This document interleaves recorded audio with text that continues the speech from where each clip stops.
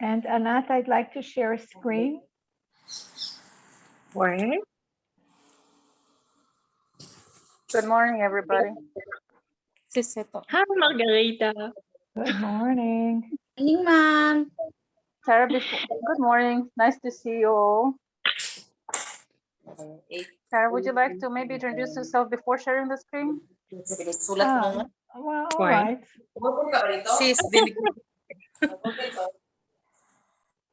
One second.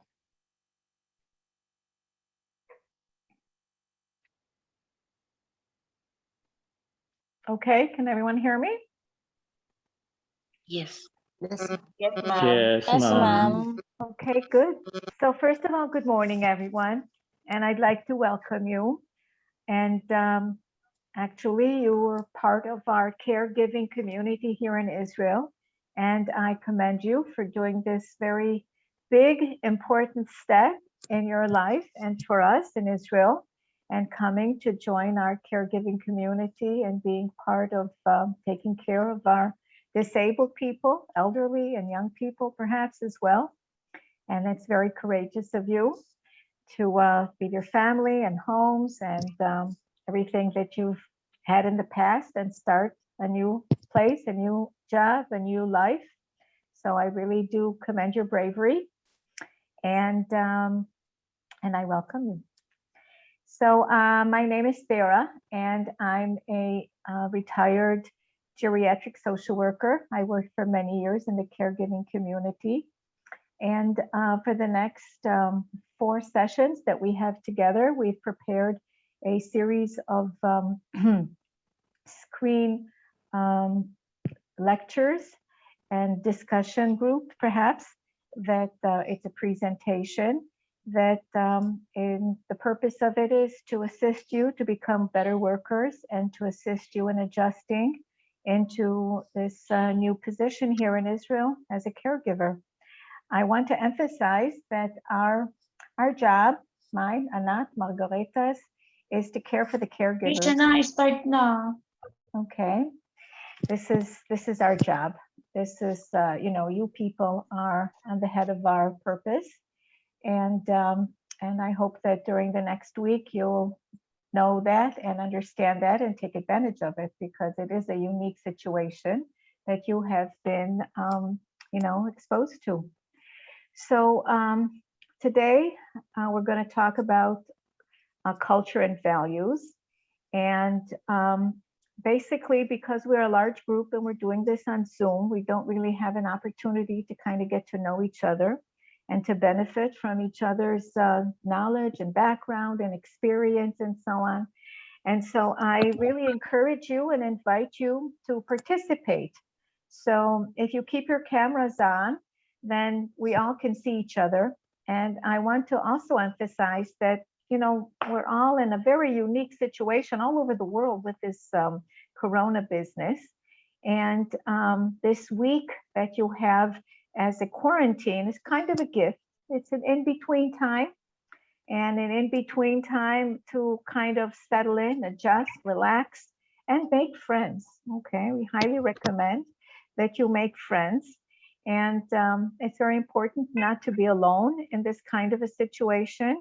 And this freaky kind of quarantine, for many of you, I think, is an opportunity to meet people in the same situation and to also benefit from each other's experience, lay back, talk, learn each other's, and get to know each other and perhaps help each other down the road. So I highly recommend that you keep your screen on and share with each other. We're going to have discussion about issues that I talk about, and you're very welcome to do that. And if you do, you're just going to benefit from it. So don't be shy. What else do I want to say? I hope you enjoy your stay here in Israel, and I'm sure you're going to be very good at your job. And our purpose here is to help you think about the things that will help you do that, okay, and encourage you to use all of your strengths and learn some new ones. Our main toolbox as caregivers is our personality. I think we all know that. And the better and stronger people we become, or we are, the better caregivers we are, and the better people we are, obviously. So today I'm going to talk about values and culture in our caregiving. I'm going to share a screen, and I'm going to talk for about an hour or so, an hour and a half. We're going to have a short intermission in the middle. And again, I'm going to invite you to participate, okay? So let's share the screen.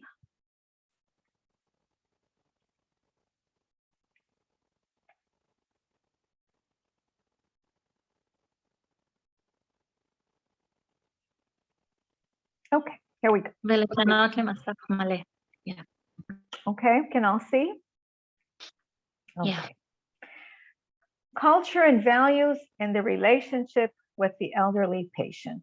Okay, let's see what that's all about. What are basic values in caregiving work? Okay, we're going to talk about each one of these. Human dignity, autonomy, tolerance, empathy, compassion, and care. Okay, we can talk a whole week about each one of them, but we're going to do it a little briefly. And of course, you'll be invited to add to the list. Hopefully you will. What do these values mean in the caregiving work? Well, obviously, in our regular life, we all have values. And I think that it doesn't matter what culture you're from, all of those are part of our value system. But in the caregiving work, let's talk a little bit about that. Human dignity, value that refers to a person's unique trait as a person. Dignity is the right of a person to be valued and respected for their own sake, to be treated ethically. Respect your patient's humanity, privacy, thoughts, feelings, opinions, beliefs, and his body. Maintain your patient's privacy and dignity. That's a lot. That's a real lot, and I'd like to talk a little bit about that. You're going to be coming into a person's home, a stranger. He knows nothing about you, you know, a little bit about his medical situation, perhaps his family situation, and it's your responsibility to adjust to his life and, of course, to take care of him. So first thing we want to do is respect the fact that you are a guest in his home, but you're not really a guest. It's going to be part of your life situation as well, but you're the one that has to do the adjusting. And you're going to be, you know, involved in a situation that's going to be very different and strange than any situation that you've encountered in the past, in the beginning. And it's a process of getting to know the family and the person they're going to be caring for. And we're going to talk about that a little bit more. But first, it's very important that you understand that it's your responsibility to respect the patient's humanity and his privacy. Okay, what does that mean to respect his privacy? First of all, it's his space. You're invading his private, you know, the place where he feels safe, the place where he's in control, or used to be, maybe not so much anymore. And part of your job is to help him maintain that control, okay? So you don't, you know, being young and healthy and wanting to do a good job, that doesn't necessarily mean that things are going to be done differently in your way. They're going to be done their way, and you have to be very sensitive to watch and learn and ask questions about how their life, their site, their routines, their, you know, little things occur. And you want to, you know, kind of get into the stream and flow of their life, okay? It's a different pace, it's a different culture, a different code of messages, and you have to learn them very carefully and very politely, okay? And privacy, of course, privacy. You know, if we even look at Anat's background picture, we see there's books, there's other kinds of ornaments and magazines, and that, you know, that makes up a person's life, all the things that he's collected. And when you're entering your patient or your client's home, yeah, it's all of his life, what he's collected, what he's all about. And so you don't want to touch anything, you don't want to move anything, you don't want to invade his space in any way, especially not in the beginning. You want to be kind of like a little, how should I say it? Like a feather, learning, watching, trying to understand, trying to know what is, the surroundings, what are their needs. And that, I think, is part of respecting a person's privacy, okay? As time goes on, perhaps, things will change. But in the meantime, in the beginning, very, very gently, you want to kind of flow into their life, okay? Autonomy is the capacity to make an informed, uncoerced decision, self-directing, freedom, and especially moral independence. Give your patient the right to choose what he prefers to do, where he wants to go, and allow him to make his own decisions. I think that one of the very important things to understand is that you're coming into a person's life at a point when he is lost so much, okay? I'm not talking about necessarily people in his life, elder people or disabled people. They're in mourning. They're in mourning for the loss of all of the abilities that they, once had perhaps and don't have anymore. And this is very frustrating, very sad, very, very disabling situation. And so you want to assist the person to maintain as much control of his life as possible, okay? And what does that mean, to have control of your life? To have control of your life is to be able to choose, okay? To be able to choose the slightest, smallest little things. What do you want for breakfast? Even if it's every single day I choose the same thing, I still want to have the opportunity to choose, okay? What do you want to wear? Where do you want to go? What do you want to do? Do you want to have a bath first, or, or eat first? Do you want to put this shoe on, that shoe on? You want this sweater, that sweater? All those little things make such a big difference in a person's dignity and ability to control the small part of his life that he still can. So I want you all to be very sensitive to all of those important aspects of our job. It's very easy to kind of learn how to bathe a person, well, it's not easy, but eventually it's kind of things that, you will be doing, how to bathe them, how to clean their home, how to, prepare food, perhaps. All those things are very specific, but even so, asking all those questions, what would be for them the best, is so important every day and most of the day, okay? Even if you can do it faster and better your way, try to do it their way. Empathy. Empathy is the capacity to understand or feel what another person is experiencing from within his frame of reference. That is the capacity to place oneself in another's position. Definitions of empathy encompass a broad range of emotional states. Try to empathize with your patient's physical and mental condition. Okay, well, with his physical condition, perhaps it's easier in the beginning because, you'll know his medical problems and, also the way that he's being treated with medication and therapy, perhaps, and so on. But his emotional condition, I think that's going to take a long time, or maybe not, but it will take time to try to understand what he's undergoing. And it's very important that you make the effort to try to understand. How does one understand an emotional condition? By knowing the person. So ask them questions. Ask them questions about all the things that you see in the house. When did they buy this book? Who are the people in the picture? Look at the albums of the family.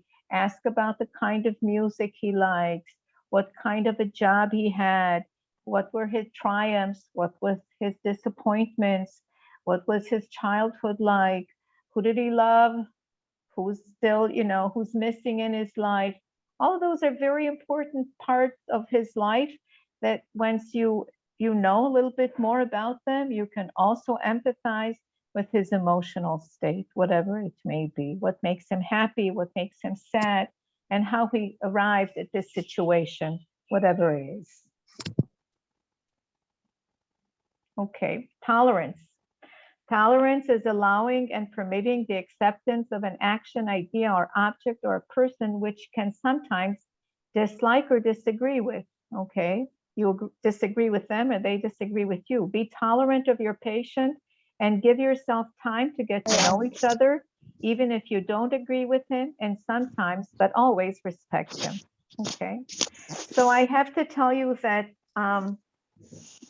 you're different than anything he's ever had in his home before. Does someone have a mic open?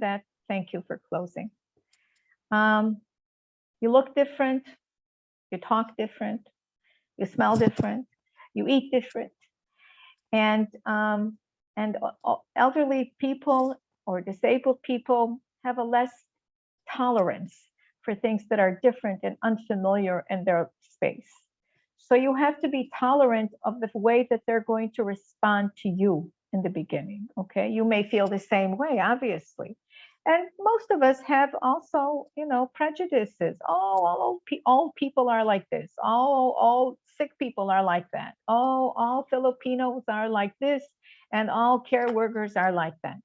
So we all come into a situation with, you know, maybe preconceived notions, maybe expectations, but it is our responsibility as caregivers to try to manage the situation. We're the stronger one. We're the ones that are the professionals. We're supposed to know, and we want to know, how to deal with situations where we need to be tolerant if they say things that we don't agree with, if they, you know, respond in a way that we don't understand. We still must be respectful and tolerant. And compassion, sympathetic pity and concern for the suffering or misfortune of others. Compassion motivates people to go out of their way to help the physical, mental, or emotional pains of another person, okay, other than yourself. I assume that most of you have chosen this position. Nobody forced you into it, this kind of a life career, and at least for the time being. And compassion is part of your personality. Otherwise, you wouldn't have chosen it. I think that, you know, it's not being a bus driver or a technician or a computer gadget maker. This is a different kind of a job. And to be compassionate has to be a big part of your being, okay? We talked about your personality and tools in our toolbox as professionals. And we pride ourselves in being compassionate. It's one of our major tools, okay? We can't be compassionate to a person's mental, emotional, and psychological situation unless we know them. So this is part of our job, to get to know them in order to that we can be compassionate, okay? The person is in pain, of course, we can understand that. But if a person is emotionally in some kind of a stress, only if we know them, we'll be able to try to find a way to make them more comfortable and alleviate that situation. All of that's part of care, the provision of what is necessary for the health, welfare, maintenance, and protection of someone or something, okay? That's our job, to care, okay? To maintain the welfare, maintenance, and protection, okay? So it is our job to protect our patient, our client, from any harm, okay? Any harm that we see. And obviously, maybe we'll make mistakes, but the big thing is to ask questions, okay? Take it slow and ask a lot of questions. So I invite you to participate and tell us, you know, to share with each other and with us, Anat, Margareta, and Anat. What's your opinion? Is the most important value in caregiving? Are there any other values that, you know, I didn't mention? Please join us and tell us what you think is important in caregiving. You can open your mic and turn the camera off if, you know, that helps.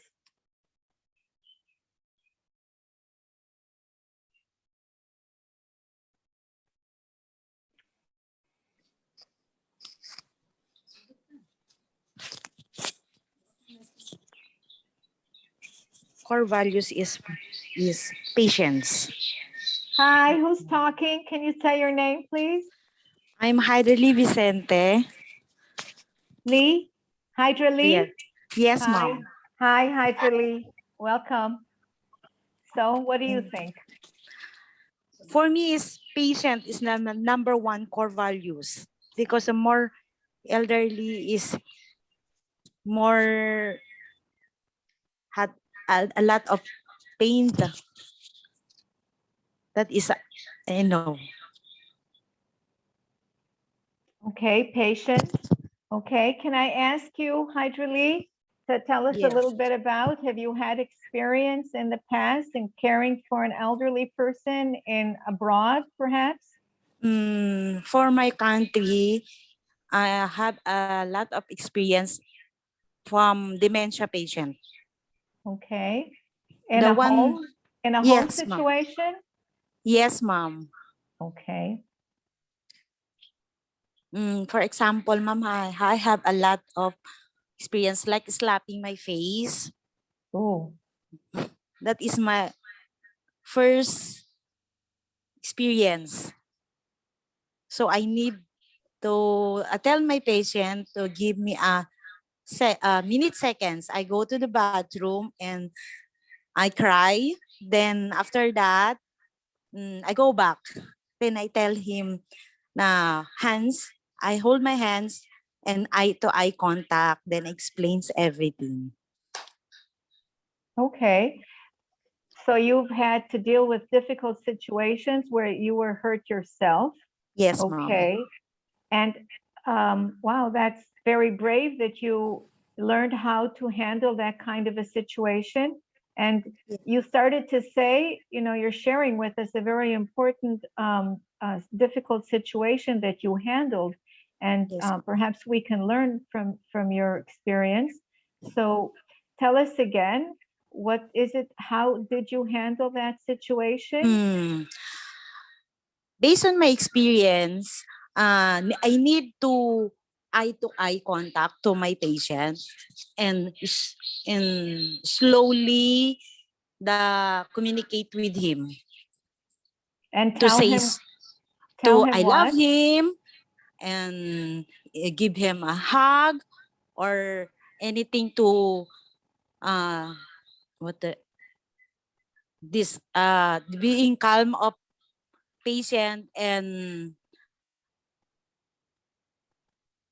to what, that's it.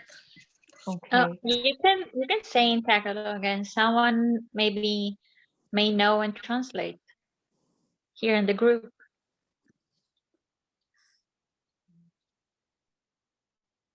If you're not sure about a word.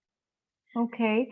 Hydra Lee, maybe someone can help you with what you wanted to say, but I just want to say that, wow, that's a very, very important lesson that you are presenting here to all of us. So first of all, even though this man, obviously, yes, I understand correctly, slapped you and you were very insulted, but you kind of came back and you showed that, you know, you try not to take it personally, and you made eye contact with him and you didn't judge him for it, you didn't punish him for it, you tried to you Being understood calm. that he's in stress, and so you understood that you need to calm him down in order to change the mood of the Yes. situation. Yes, Did I ma'am. understand correctly? Yes, Okay, ma'am. thank you. Thank you very much. That is a very important lesson for all of us. Okay. And yeah, it's very difficult to be in a situation where you are physically attacked. Yes, ma'am. Yeah, this is not everyone can be in that kind of a situation more than once. Yes. So I'm not sure that, I don't know what your decision was at that point, but if it maintains, you know, if it continues, yeah, that's something that everybody has to decide if they can maintain that kind of a job or not. Okay, and we all have challenges, but not everyone can stay in that kind of a situation if they don't feel strong enough to handle it. But you are. Wow. Hydra Lee, you're Yes, amazing. ma'am. Thank you for sharing that. Thank you. Would anyone else like to say something? Sarah? Margareta, please. Yes, I would like maybe to comment on just the last thing. And yeah, so first of all, sorry, I'm Margarita. I work with Anat and Sarah, and I work with in Sydney. You already heard about it yesterday. You might also heard about it. Some of the friends that arrived before you in previous batches. So related to the last sharing and also Sarah's comment, I also just want to draw your attention to something that I assume you already discussed with Anat, but just a kind reminder. If you have difficulties, in a relationship with your employer, person that's taken care of, and you can also get assistance not only from family members, but also from social workers from the agencies. It's their job to come to complicate a situation and assist you, because Sarah just said, not everybody will be able to continue with this, to be okay with this, and that's absolutely true.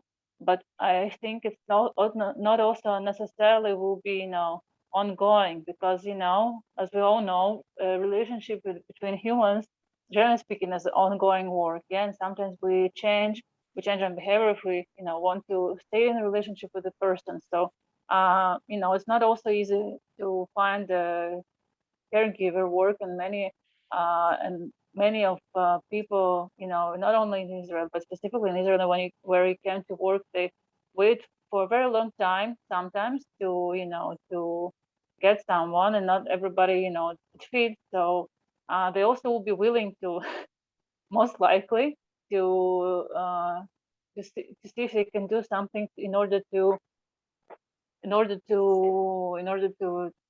change the behavior and keep you there next to them, and your assistance that is so much important for them.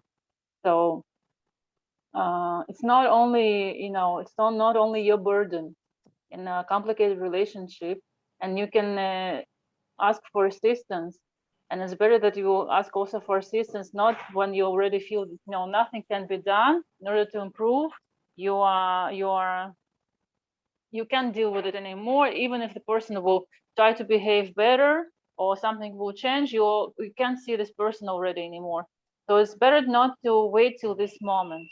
Yeah, and ask for assistance and use this assistance and see if things can improve. Sometimes, of course, it can still not work, but in some cases, and most cases, actually, yeah, things can be improved. So it's really important for you to know that, to remember that, to not only support each other from anywhere. Yeah, each of you work at different places, and even if you are good friends and good group, and this support is also very important.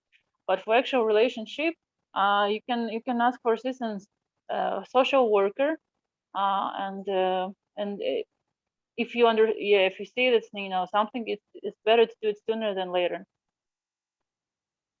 Okay, thank you, Margareta, for stressing that. And I'll just say, you don't have to feel alone in that kind of a situation, okay? That is the nutshell. You can ask for assistance, and from my experience, it is very often possible to change a person's behavior, okay? Sometimes through medication, and sometimes through other means, okay? And also to know what the cues are that bring it on. And like Margareta said, there are people that you can consult with, family, social worker in the agency, and also the call center that you have already been introduced to. And you don't need to be abused in your job situation. Definitely, you don't need to be abused. So very important. Thank you. Thank you for that. Anyone else like to share something about a value? Patience. Yes, we started with patience. And I think that the continuation of that is perhaps perseverance, okay? To be able to kind of persevere difficult situations, as you told us, Hydrali, very important quality. Okay, patience, and I would add perseverance. Would anyone else like to add? Yes, ma'am. Please do. Treat your Just say your employer. name first so we all get to know you. Sorry? Flexibility. I'm Liza. Flores? Gliza, ma'am. Gliza. We're using only one device. I'm Oh, Gliza. okay. Glyza? Okay. Yeah. Go ahead, Glyza. Please do. For me, one of the things that as caregiver must is to treat their patient or their employer as a member of their family. Because if you treat them as a member of your family, you're not going to just go with the flow. You will understand them and you will give them the tender loving care that they need, not just what they want to do and just what you want to do. You can talk to them nicely and you can understand each other by talking to them in a nice way. Okay. Can you just say a little bit about your experience? Have you worked before in caregiving? Before, I used to have 3 patients. One do have a lymphoma, cancer. The other one is mild stroke, half of his body. And the third one do have a dementia. In the Philippines or abroad? No, in the Philippines, local only. Okay. Okay. So this is going to be a very challenging experience and a top of the difficult job for everyone. Also new culture, new language, as it is to, difficult to communicate with people in these kind of compromise situations. In addition to that, culture change, that's our main thing. I want to tell you something about TLC and smiling. Tender loving care. Yes, that's TLC. It's a wonderful spice for everybody in all places of life. And smiling, of course, is international, China and Israel and America and South Africa and everywhere. Of course, the Philippines. Yes, smile is international language. But about feeling, part of the family, I just want to say that I understand that feeling part of the family is, from a place of, like you said, tender loving care. But you must also know that not necessarily your client wants you to be part of their family. Okay. So you must kind of you have to, this is a different kind of a situation. You're a stranger, strange country. You don't really take in strangers so quickly into your family. So it is a process. Okay, we'll talk a little bit about that more in the next few days. But being part of the family has many issues, and we also don't want to be overwhelmed. So we also want to guard ourselves. Yes, and of course it takes time. Okay, they may not want you to eat with them, to sit with them. You have to talk about all of these things in the beginning. Where is your space? Where is their space? When there's no special job that needs to be done, perhaps in the afternoon or in the evening, do you sit in the living room? Do you sit in your room? Do you sit in the garden? Do you sit in the patio? Do you have to all the time have your eye on them, or just, it's okay to be in a different space? A lot of things will have to be learned when you're living with someone. It's not like being a brother, a neighbor, a cousin, or a caregiver that comes and goes. This is a special situation, and you must be minded. You are the person, the professional. So you have to be sensitive and minded to what the needs and what the tune is of the song. So being part of the family may not be their agenda, okay, which is fine. You don't want to be insulted. In Israel, Jewish people have a lot of different ways of dealing with food and kitchen, and that's a very sensitive area. And so, it takes a while to know what's going on in this person's home, what the do's and don'ts and how nots. So Slowly, slowly, you know, step by step, gently. Okay, thank you. Thank you, Glyza, for sharing. Yes, tender loving care opens up everybody's heart. But I don't want your heart to be, you know, kind of set back. So gently. Anyone else like to share something? A thought about values?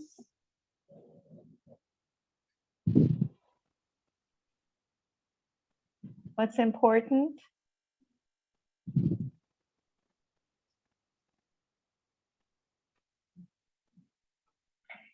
Let's take a 5-minute break before we continue to our next subject.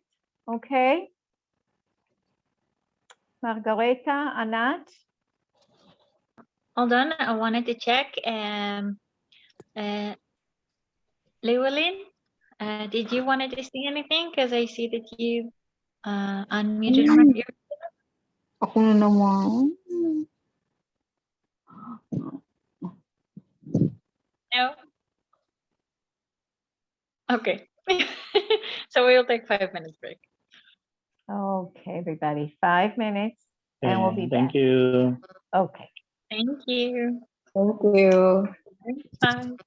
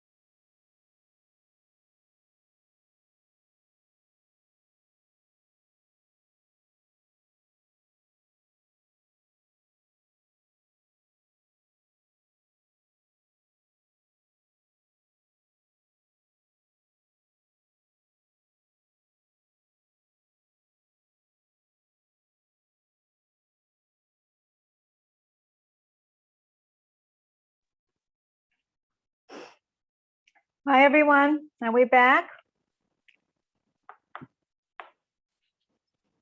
Yes, ma'am. Hi. Hi, hi. Abdul, hi. Yes, ma'am. Good morning. Good morning. Hello.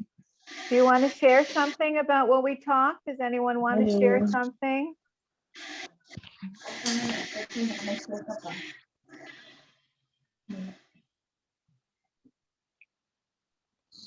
Okay, so if we're all back and we don't have anything now that we want to talk about. You know, there is a chat. You can write if you have things you want to say or ask.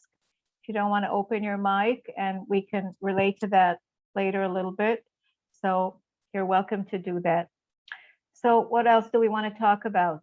Very important issue, gender aspects of caregiving work. Okay. I'll just say that all of us are men or women or in between. Today is modern to talk about in-betweens as well, but our clients, patients are old school, and they expect us to behave according to our designed gender. But you'll find that Israel is a very open society in terms of that, and shouldn't be any issues. And gender, important aspect. A few facts about gender and care work. But before that, I want to emphasize that my opening phrase was that our job is to take care of the caregivers. And in no way should anyone be in a situation where they feel threatened or compromised in terms of issues regarding to gender, okay? So, although most of the caregivers are women, there are also men who are caregivers, especially when a man needs to be cared for. Some of the female caregivers provide care for a man or live in the home where there is a man, and some of the female caregivers provide care for a woman or live in a home where there is a woman living. So this is a situation that can arise, and you have to be minded on, again, how your presence, not your personally, nothing personal, but how your presence affects your patient or client. Okay, very important to try to tune into how we affect them. Okay, sometimes and mostly unintentionally, because you're young, you're healthy, you're well, you can arouse negative feelings as well as, you know, unexpected sexual feelings. Perhaps a wife could be jealous. Oh, now there's someone taking care of my husband better than me, cooks better, looks better, smiles nicer, touches gently, has a nicer voice, can arouse, you know, a lot of anxiety or tension or, you know, all kinds of negative feelings. Same thing for a husband, you know, oh, she's doing this, he's doing this better, he's doing that better. It's very, it's like, you know, nothing is going to be the same when somebody comes into your life, okay? Nothing, the whole picture changes. Everybody responds differently. Our professional job is to try to understand the situation, what everyone is feeling, how they're responding, and to try to alleviate it, okay? Sometimes if you touch a person in a gentle way when you're bathing him, clothing him, smiling at him with a, you know, with a tender voice, that may be misunderstood for as some kind of a sexual gesture. And so you want to behave in a very professional way. Like Hydra Lee told us, you look the person in the eye and you very firmly say, no, this is not part of the agenda. If you misunderstood, you must understand right now. This is not part of the agenda. This is not part of the intention. This is how I work. I work gently, calmly, and you look a person in the eye, you make that message very, very clear, okay? How does gender contribute to the caregiving relationship? Although men usually take care of children and adult parents, spouses, and family members, there are also men who who have these abilities. Women naturally have the ability to care for others, empathy, compassion, concern, love, but men can also have good caregiving abilities, and some men like to take care of their family and work in this care field. Your caregiving qualities are an asset. Be proud of them, okay? And use your caregiving abilities to provide good quality care, okay? We don't want to be in any kind of a compromised situation. And of course, if you are ever in a situation where someone approaches you in an improper way, I stress this again, you have the call center, you can consult with family members and make your case very clear, okay? This is not part of the caregiving job. When treating a man or being close to a patient, a spouse, sexual harassment can occur. It's important to be aware of it. Here is a YouTube presentation that you are welcome to watch, and it can give you tips on how to deal with sexual harassment. It is no way part of your job, and there is no way that you must tolerate it. I emphasize that over and over again. Okay. So again, I invite you to ask questions or to share with us any tips on how to deal with difficult situations. If you've had experience, perhaps you want to share with your friends, you know, about that. Anyone?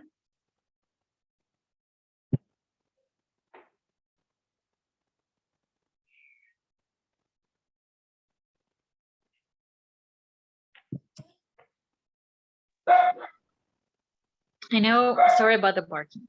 I know that some of you had past experience working as caregiver. Is it too loud?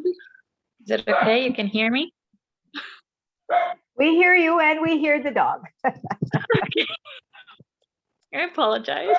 Is he a male or a female? We have to know this Male. right now. I'm very assertive. Before it was a female, so you had some past experience, some in facilities, some in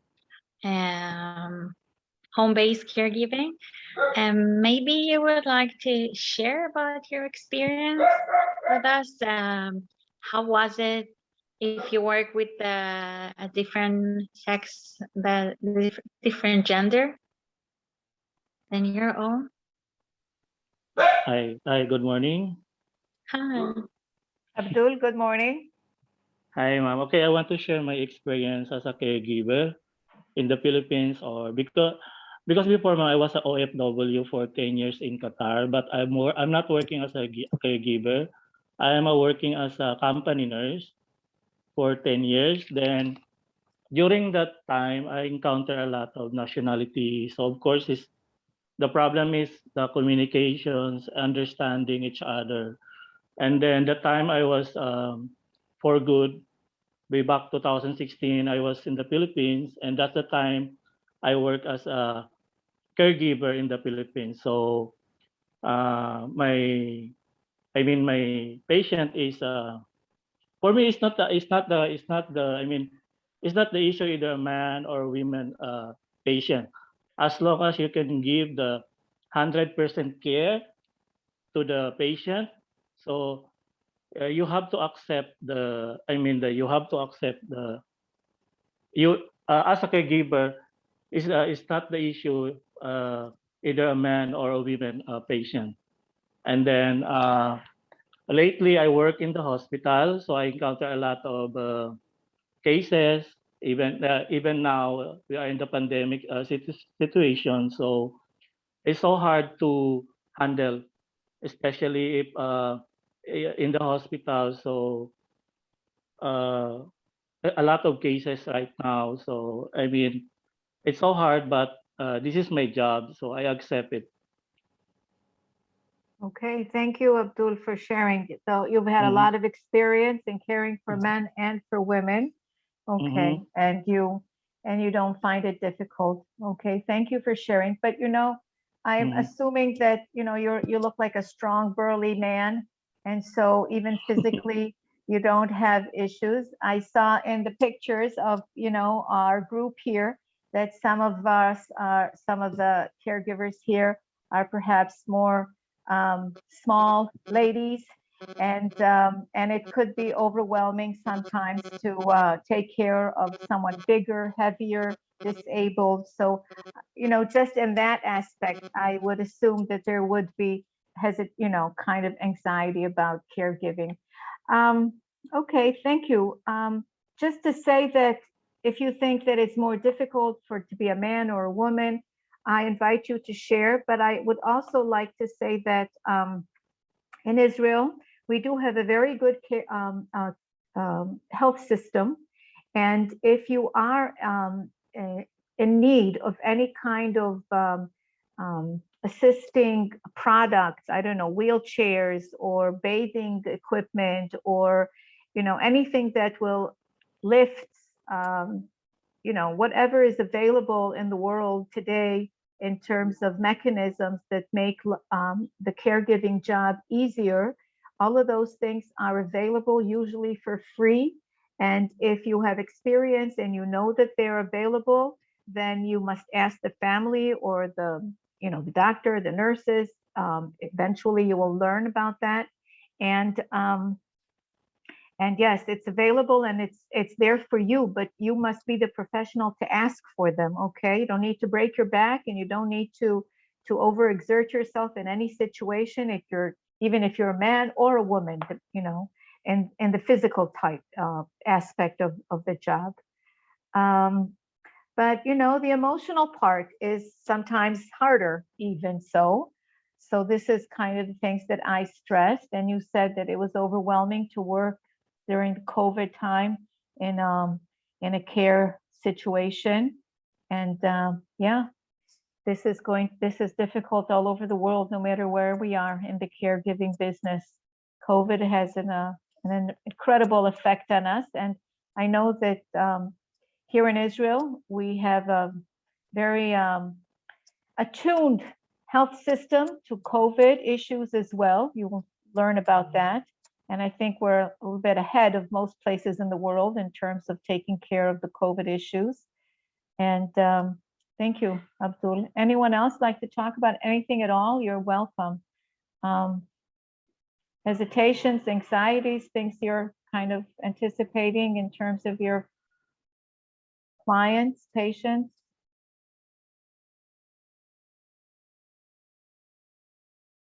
Okay, so if we're talking about sexuality and so on, I will also stress that Israel is a Middle Eastern country, very direct, very loud. Sometimes people approach women or men in kind of a direct way, whistling, shouting out compliments, perhaps in the street. I don't know if you've encountered this before. Usually it's safe to walk in the streets in general, outside of your home. You don't have to be, too anxious about it unless it's late at night in a dark alley. But, most public places are safe for men and for women 24 hours a day. And you should feel, no problem with that. And if you are in a situation where you feel that your safety might be compromised, just use common sense, okay? Common sense, like everywhere else in the world. Don't find yourself in a dark corner late at night all alone. This is good advice for anywhere. And I wouldn't hitchhike ever in Israel or anywhere else in the world. So if this situation comes up, never. Always have a transportation, money, and wherever you're going, what you need to do, you know how to get there and to get there safely. Okay, next subject, an intercultural encounter. Intercultural differences are difference in traditions, food, norms, beliefs, and values, which vary between nation, people, ethnic groups, speakers, and different languages. Every culture has its own way of expressing itself. Every culture has its own way of defining conflict, passing messages, resolving conflict, and talking about it. Every culture has its own way to express emotions and talk about emotions. So I will just say that usually in Israel, we're very direct, usually very open, not necessarily about our feelings, but about what people think. They'll come out and say, you're this, you're that, you're doing it right, you're doing it wrong, and not look necessarily for the most polite way to do it. I think it's very important not to be insulted, not to be offended. This is just the way people are. They're very direct about what they say, not necessarily open about their feelings, but open about what's on their mind. And And adjusting to Israeli culture takes time. If you've never been abroad, never encountered Middle Eastern kind of culture, then it will take time. You'll enjoy the market, lots of different smells, tastes, food. And if you've never encountered Jewish culture, this is also a different kind of adjustment with a special attention to do's and don'ts in the kitchen. Okay, so again, I stress the kitchen is a very special place, and for everybody, obviously, all housewives don't like to be, you know, people messing around in their kitchens, but especially in Jewish homes. Okay, separation of meat and milk and time differences of when they do this, when they do that, how they wash things, how they prepare things. Not to be offended, to ask many, many questions, and not to be offended that they don't even want you to go in their kitchen. So you have to ask where, you know, where and when and what you eat and so on and so forth, and how you prepare your food. And okay, until there is a relationship of trust, which we will talk about later on. So how to adjust to a new culture, be patient and give yourself time, okay? It's important to keep your culture and customs and traditions. And a few tips about adjusting to a new culture, again, you'll find on this YouTube presentation, and you're invited to look at it at your own time. Learn Hebrew, absolutely. 5 words a day, 10 words a day, highly recommended. Lots of YouTube apps that you can, you know, kind of find for free. Don't have to pay for it if you have a few minutes time. Ask your patient, client to help you, right? Get a notebook, write things down, try to remember them. This is part of, you know, your job. Perhaps you know about medication, you know about, you know, how to clean, how to cook, how to take care, how to smile, very important. But to learn Hebrew is also important. And also you must know that Israel is a country of immigrants. Most people have immigrated to the country at some point in their life. Not everyone, but most. And most people speak more than one language. And so, you know, maybe the English is not their best language or the language that they're most comfortable with. Sometimes, you know, older people revert back to a home language that they learned as their mother tongue. You know, language, we're going to talk about that a little bit more, is very important, but learning Hebrew, being in touch with your surroundings, you'll be going out, you'll be perhaps going to the medical clinic, you'll be going shopping. You need to learn Hebrew for your own, you know, for yourself, not necessarily for caring for your patient or clients. So this is a big challenge to learn Hebrew a little bit. Again, I invite you. Have you heard anything about Israelis, culture? Do you have any expectations? You know, do you have any concerns adjusting to Israeli culture? Do you have any questions? Now is a good time to ask.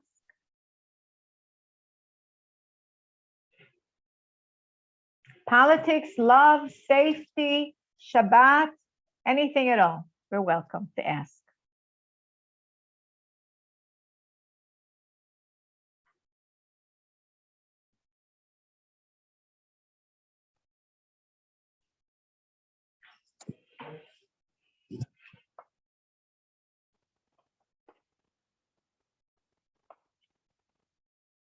We have a shy group. Has anyone besides Abdul been abroad in a work situation? Had to learn a language?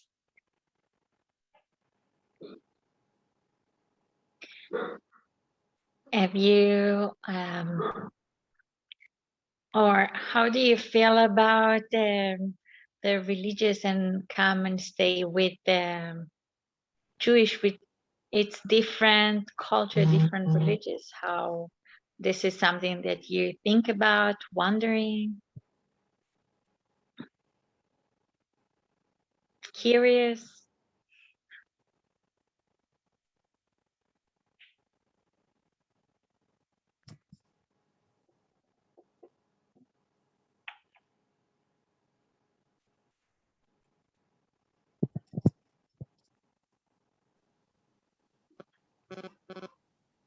Anyone been Hi. abroad before? Yes, please go ahead. Hi. Okay, regarding with the culture and the religion, especially my case, ma'am, because I'm Islam, I'm a Muslim. So I'm so glad that I'm here now in the Israel because uh, aside for being a caregiver, of course, I want to explore the culture of the Israeli people and also the belief. Regarding with the belief, of course, I have a big respect either Jewish, Christian, or Muslim or whatever religion we have. We have to respect each other. And then, of course, if I have time, I want to explore the country, the Israel country, because I want to experience what is the lifestyle of the local people, the culture, and the belief. And by through that, you learn on how to respect each other, and that's it. Thank you, Abdul. Thank you. Yeah. You know, Mhm. we all like to think of Israel as the navel of the world, the Mhm. center for the three major religions, Christianity, Judaism, and Islam. Yeah. We all Yes, have ma'am. important places here, and Mhm. absolutely, you're going to have an interesting experience. Yes, a spiritual one, I hope. Okay, that will help you and guide you in your difficult job. Yes, because I have I think experience yesterday in the immigration because I I interrogate the one officer regarding with my what is my purpose, why I'm here in the Israel, and of course I told him that the reason why I'm here because I want I mean regarding with my job I'm here for to work as a caregiver, and of course I said to him that uh, because they're asking me about my religion. They asked me, you are Islam? I said yes, and and I told him that regarding with the belief, I have big respect for the whatever whatever you have religion you have. So and that's it. And they give me an entry for that through that. No And reason not to give you an entry. Are you going to be yeah, working with a Jewish family, a Christian family, or a Muslim family? based on my contract, ma'am, I think he's the not Jewish, ma'am. They I think Russian and Romanian and Hebrew. That's they check on that part of the contract. Okay. So Mhm. not necessarily anything that you know about. Okay, Yes, good, ma'am. Yes, ma'am. good, Yeah. good, good, good. Mhm. And what languages do you speak, Abdul? I can speak Turkish because I worked before in Qatar for almost 10 years in the Turkish company. And also I can speak also Arabic, but not totally fluent. And of course English and some a little bit Indian language also. Wow, okay. So you've been Yeah. around. Okay. Yes, yes, yes, yes. I So hopefully learn, if I stay here longer in Israel, I can speak well Hebrew language. okay, okay.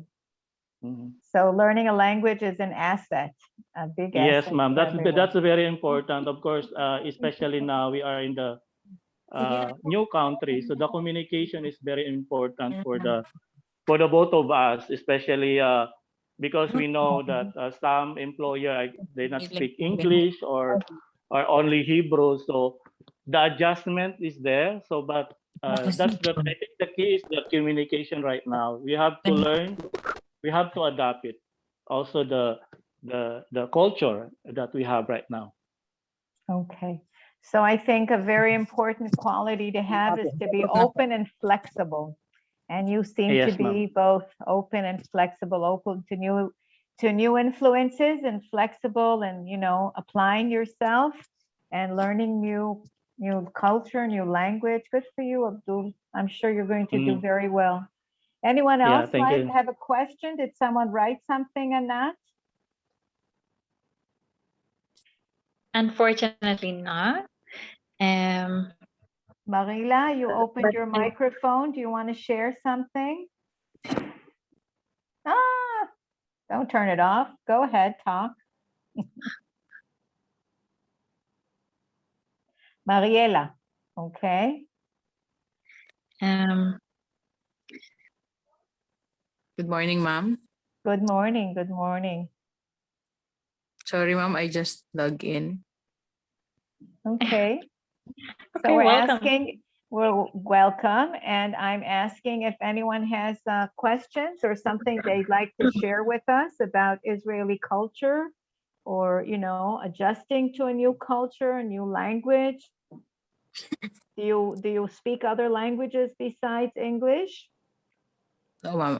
English, and I don't know any any language. English only, ma'am. I mean, any other language. Okay. And have you been abroad before? Just for a few days for a tour, ma'am. Okay. Okay. Okay. Thank you. Thank you. I would like to add something to the culture and religious. Here in Israel, in general, you will find many different religions, and not just Jewish, Muslims, Christian. We have Baha'i. We have so many here in Israel, and I think it's a beautiful mix.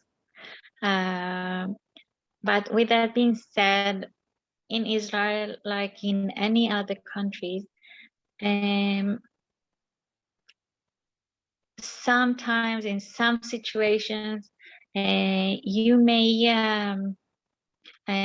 be in situations where even the elderly, if it's from one culture, it may be I'm not sure if the word is hard, but just to adjust to someone from a different culture in their home. And we need to understand that as well. I'm not saying that it will happen, but we know, not as part of my job. I worked abroad years ago, and I noticed it, that for some people it was hard for them that I was Jewish when they were Christians or other other religions. So I'm just saying that it may happen, and we need to be patient about that as well.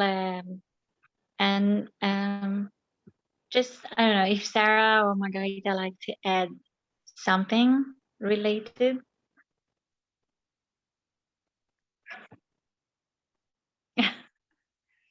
Well, Hannah, thank you for sharing that. And I think that, yes, we live in a world where everything is becoming a little bit too, how should I say it? Even the corona has added to the fact that everybody is into themselves, yes? We tend to not trust strangers and not trust people that we don't know in that respect. And, so yeah, we just have to be minded that we are here as professionals, tourists sometimes, and even our own prejudices. We all have prejudices against strangers, and the corona has kind of put an added weight on us in terms of, strangers coming from a strange place. What did they bring with them? What kind of issues do they have into our safe space? And so just be minded that we are here as professionals and we don't want to take anything personal. We have a big ability to contain other people's issues, and that is part of our personality. And that is also part of our, like I said, our toolbox. That's one of our tools, part of our personality, to be able to contain other people's issues and to kind of put down our own issues, put them in place. Exactly.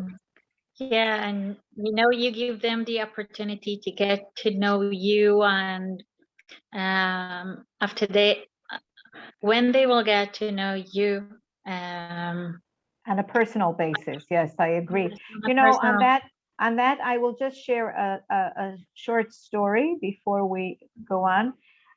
I worked for many years in a situation where elderly people came to a daycare center, and the drivers were usually Arabs. And elderly people that have to get into a transporter with an Arab driver was in the beginning very, very stressful to them, okay? Getting into a strange car with a man that is not familiar to them and also speaks with a certain intonation saying that he's not Jewish, it just made them very, very stressful. And you know what? It took about a week. In other words, 3 or 4 rides with the driver, and nobody ever spoke about it again. Because once you have a respectful relationship with someone, they're no longer Arab, or they're no longer strange, they're no longer anything. They're Yossi and Baruch and Sion and Muhammad and Abdul and you know, all of those other things. What? No, I'm saying that those names that you're saying, they're first names. First If it names. sounds Ah, strange- right. We'll talk about that in a minute too. So yes, so they become, you know, just people and not labels. Okay, so that's the point. So we have to be very patient for the process to get to know each other, them to get to know us, you to get to know them. And what Anat is saying is another point about Israeli culture is that we tend to call people on a first name basis, okay? Not Mr. and Mrs. on a regular basis, but by first name. Even children in the school call their teachers by their first name. And what you will be calling your client or patient, you must ask them what they want to be called, okay? Not necessarily Papa or Abba, which is the word for father, or grandma or whatever. You ask them what they like to be called, and not necessarily with a title of, you know, even though it may come from the heart, you know, calling someone like a family member, but only after you get their approval, okay? This is something that's very acceptable in our Israeli culture. Anyone else like to comment or ask something? Okay. So I think this will wrap up our talk for today, and we will meet again on Sunday. And Yes. we'll talk about more important things. Okay, thank you, Sarah. And now I like to add, sorry, a few things. Remember that we told you today is we're going to Shabbat, which will start with sunset. Before we finish our meeting, it will be the time to say Shabbat Shalom for us, since we're only gonna see each other again on Sunday.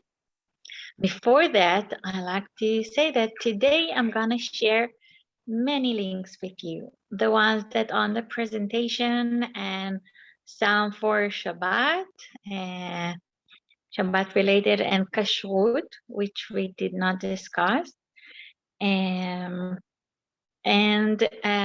will share another things from the program which related to your rights and applications, which I recommend you will watch during the weekend. And now, if there is no more questions for today, we can all say Shabbat Shalom. Shabbat Shalom. Shabbat Shalom. Shalom. It's been lovely seeing you today. Shabbat Shabbat Shalom. Shabbat Shalom. Toda. Shabbat Shalom. Toda. Bye, everyone. Bye. Bye. Bye-bye. Hi, ma'am. Shalom, Tודה רבה. Shalom, shalom.